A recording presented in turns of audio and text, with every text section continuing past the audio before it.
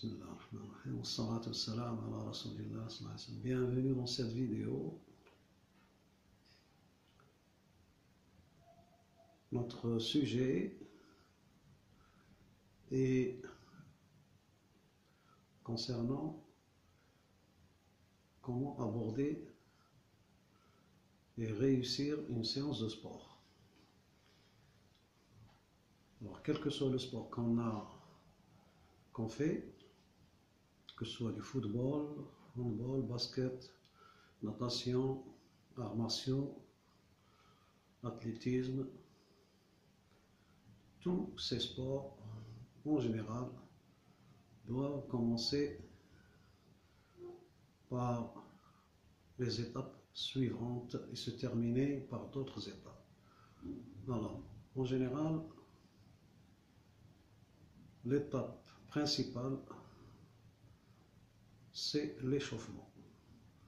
Alors, avant de détailler ça, il faut d'abord avoir tracé un programme durant la semaine, durant le mois, durant l'année. Choisir des moments de repos, choisir des moments de travail. Donc, s'isoler tout seul pour faire un travail comme ça, généralement, ça ne mène pas à grand chose. Donc, de préférence, il faut travailler en groupe. De préférence, travailler dans une salle, avec un club sportif, avec un coach, avec un pédagogue. Donc, on revient à notre sujet pour définir la séance sportive. L'âge joue un rôle très important. Si c'est un enfant, à partir de 6 ans, on commence à lui apprendre l'ABC du sport. Ce n'est pas comme un adolescent ou un adulte ou un vétéran. Chaque âge doit avoir le sport adapté et le finish, c'est-à-dire l'objectif tracé. Si c'est un enfant, en général, ce n'est pas pour un championnat comme chez un adolescent ou comme un adulte, ni comme un vétéran. Donc, le premier facteur pour aborder l'échauffement, il faut tenir compte de l'âge. Le corps a besoin de bien s'échauffer. Pour aborder une séance de sport, il faut réserver un échauffement d'au moins un quart d'heure. Un quart d'heure, pas en faisant la passivité et penser qu'on a atteint l'échauffement. Échauffer un corps, ça veut dire que préparer les muscles et l'ossature en général du sportif à faire les exercices qui suivent. Donc généralement la séance d'échauffement commence des orteils vers la tête ou l'inverse, sans oublier les parties importantes, sans oublier aucune partie. Donc en général, chaque endroit du corps a besoin d'être, comment dirais-je, échauffé. Donc les exercices en général pour la tête, c'est la rotation de la tête, c'est regarder à gauche, à droite, c'est en haut, en bas. Pour les épaules, faire tournoyer les bras dans le sens où on peut les faire chauffer. On arrive au tronc aussi, avec des mouvements de bras, on peut les chauffer. Hanches, mouvement de hanches, mouvement des genoux, mouvement des chevilles, pieds. Donc, on arrive aux orteils. Ça, c'est l'échauffement. Il faut être motivé pour faire l'échauffement pleinement.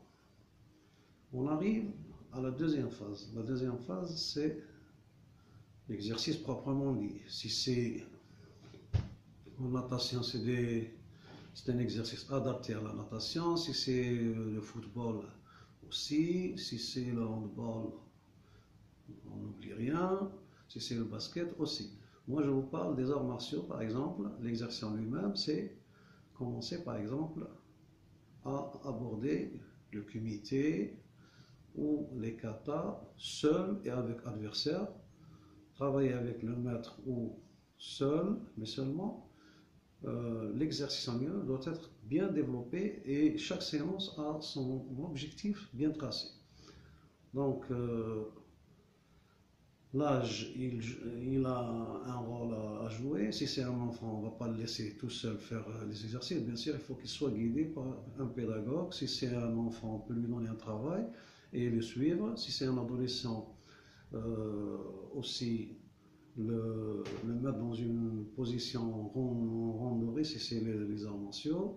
En natation, donc il faut lui donner un exercice de développer le travail en lui-même pour atteindre un certain objectif, par exemple le timing, si les bassins en natation font 25 mètres, donc en aller et venu ça fait 50 mètres, on fait 2 fois les allers-retours, ça fait 100 mètres, etc. Donc on voit les temps atteindre.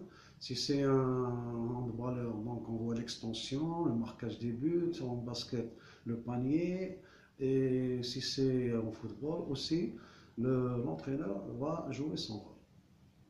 Donc, la séance en elle-même peut atteindre 45 minutes. Donc, plus les 15 minutes, ça fait déjà 1 heure. 1 heure pour une séance de sport. Et bien sûr, la troisième étape qu'on peut aborder, c'est l'exercice de test. C'est-à-dire que là, on peut réserver 20 minutes à peu près, une vingtaine de minutes, pour faire monter le niveau encore plus que ce qu'on a vu à la deuxième étape.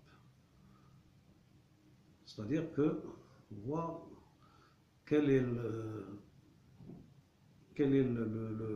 finish de l'athlète en lui-même, et en même temps, on essaie de se développer dans un spécial, dans un mouvement ou bien une phase spéciale ou un exercice spécial qui pourrait nous différencier des autres athlètes. Donc le coach là et le pédagogue, l'entraîneur doivent jouer ce rôle. Et enfin, la séance, donc bien sûr avec quelques relax au milieu, doit être compensée par des pauses ou reprendre son souffle. Donc pour reprendre le souffle, en général, toutes les 5 minutes, 10 minutes, on peut permettre aux athlètes de se reposer. Et on réserve une quinzaine de minutes à 20 minutes à la relax à la fin, c'est-à-dire le retour au calme. Donc, on a fait la séance comme une courbe, on commence du bas vers le haut pour arriver au top, puis on redescend jusqu'à arriver à la relâche. Donc, pour se relâcher, bien sûr, il faut penser à bien se vêtir avant de quitter l'endroit où on se trouve. Si c'est un endroit tout près des douches, on prend sa douche. Si c'est un endroit tout près du domicile, on rejoint le domicile, etc. Donc il faut bien se vêtir, il faut éviter les courants d'air, il faut éviter d'attraper froid. Maintenant, une petite parenthèse pour ceux qui font les exercices tout seuls. La motivation ne vient pas facilement en étant isolé. Il faut vraiment avoir un esprit sportif, un grand esprit sportif pour aborder une séance tout seul.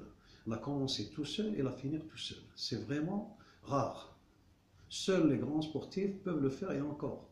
Si vous avez suivi dans les médias en général, les grands sportifs, les grands compétiteurs sont toujours assistés par un coach, par un ami, par un partenaire, par quelqu'un.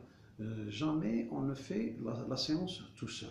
Donc, j'imagine un peu les gens qui font du jogging tout seul. Donc, si c'est à long terme, en pensant qu'ils vont atteindre un résultat, moi je pense que c'est un rêve. C'est un rêve. Pourquoi? Parce qu'ils sont en train de vivre dans une passivité pour atteindre un certain but que j'ai du mal à imaginer. Donc, mieux que quelqu'un qui poireaute quelque part, c'est bon. On prend son survêtement ou son jogging et faire ou son kimono et faire des exercices, c'est bon. Mais penser qu'on arrive à des résultats, c'est un peu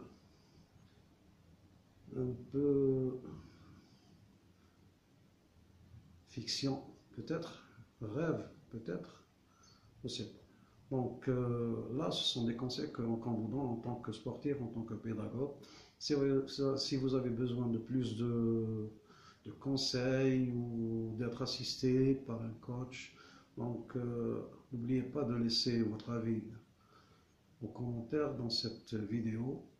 On vous remercie et on vous dit à très bientôt à la prochaine vidéo. C'était Lawari. Merci.